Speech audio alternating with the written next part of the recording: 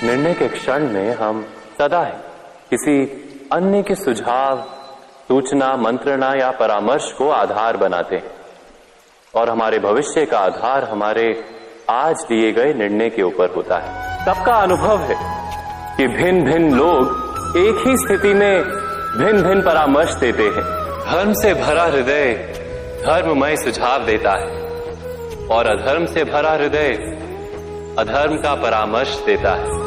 अर्थात किसी का सुझाव अथवा परामर्श स्वीकार करने से पूर्व स्वयं अपने हृदय में धर्म को स्थापित करना क्या आवश्यक नहीं? स्वयं विचार कीजिए। कर्म का बंधन अवश्य निर्मित होता है, किंतु कार्य का बंधन निर्मित नहीं होता। पार्थ, तुम्हें कर्म और कार्य के बीच क्या भेद है ये जानना आवश्यक। कर्म उस कार्य को कहते हैं जिसके साथ फल की आशा जुड़ी। मनुष्य जब भी सुख की, संपत्ति, प्रशंसा की आशा रखकर कोई कार्य करता है तो वो उस कार्य के फल से बंध जाता है। जब किसी कर्म को फल की आशा से किया जाए तो उसे सकाम कर्म योग कहते हैं, और जब किसी कर्म को बिना किसी फल की आशा से किया जाए तो उसे निष्काम कर्म योग कहते हैं। इसी कारण से उसे बार बार जन्म लेना पड़ता है। वास्तव में मनुष्य को कोई कर्म नहीं बांधता, कर्म से जुड़ी आशाएं उसे बांधती।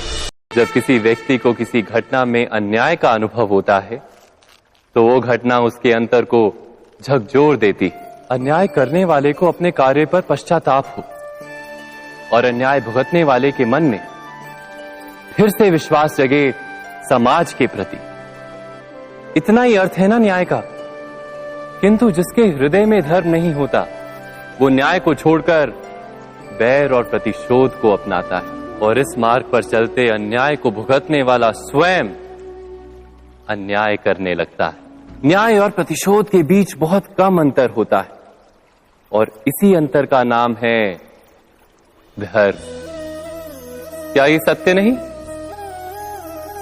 स्वयं विचार कीजिए। मनुष्य के सारे संबंधों का आधार है अपेक्षा, और अपेक्षा की तो नियति है भंग होना, क्योंकि अपेक्षा मनुष्य के मस्तिष्क में जन्म लेती है। पूर्ण करने की प्रामाणिक इच्छा हो तब भी कोई मनुष्य किसी की अपेक्षाओं को पूर्ण नहीं कर पाता, और वहां से जन्म लेता है संघर्ष। सारे संबंध संघर्ष में परिवर्तित हो जाते, पर मनुष्य अपेक्षा को संबंध का आधार ना बनाए और स्वीकार करे केवल संबंध का आधार, तो क्या ये जीवन स्वयं सुख और शांति से नहीं भर जाएगा? स्वयं विचार कीजिएगा।